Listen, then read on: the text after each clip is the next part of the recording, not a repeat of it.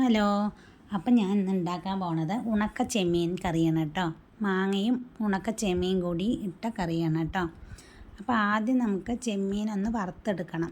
വറുത്തെടുത്ത ശേഷം അതൊരു വെള്ളത്തിലിട്ട് കുതിർത്തി വെക്കണം. എന്നിട്ട് അതിൽ നിറയെ മണ്ണൊക്കെ ഉണ്ടാവും, അത് കളയാൻ വേണ്ടിയിട്ടാണ് കേട്ടോ. അപ്പോൾ നന്നായി കഴുകിയിട്ട് അത് വാരി വയ്ക്കുക കേട്ടോ.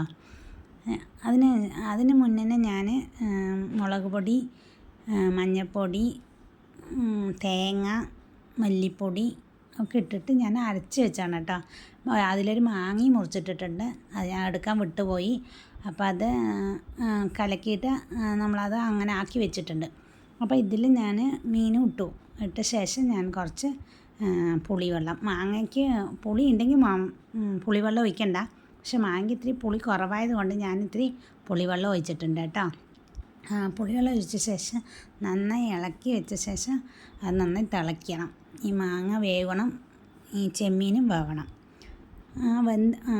ഒരു വേവൊക്കെ കഴിഞ്ഞ് തിളച്ച ശേഷം നമുക്ക് കുറച്ച് എണ്ണയിൽ കടുകും കരിവേപ്പിലയും കുറച്ച് ചെറിയ ഉള്ളി അരിഞ്ഞതും കൂടിയിട്ട് ഇട്ടിട്ട് നന്നായിട്ട് വറുത്തിട്ട് ബ്രൗൺ കളറൊക്കെ, ഈ ചെറിയ ഉള്ളി ബ്രൗൺ കളർ ആവണ വരെ ഇത്തിരി വറുത്തെടുക്കുക കേട്ടോ. എന്നിട്ട് അതിൽ കൂടി നല്ല ടേസ്റ്റാണ്. മാങ്ങയും ചെമ്മീനും ഒക്കെ ഇട്ട കറി നല്ല ടേസ്റ്റാണ് കേട്ടോ. ഞങ്ങൾക്ക് ഇവിടെ എല്ലാവർക്കും ഇഷ്ടമാണ്. ഇപ്പോൾ പാലക്കാട് സ്റ്റൈലിലുള്ള ഉണക്ക ചെമ്മീൻ കറിയാണ് കേട്ടോ. അതിലൊരു 2 വെളുത്തുള്ളി ഞാൻ ഇട്ടിട്ടുണ്ട് കേട്ടോ, അത് ഞാൻ പറയാൻ വിട്ടുപോയി. അപ്പോൾ വെളുത്തുള്ളി ഇടുക. അതിനുശേഷം നല്ല ബ്രൗൺ കളർ ആയ ശേഷം നമുക്ക് അതിലിടാം കേട്ടോ.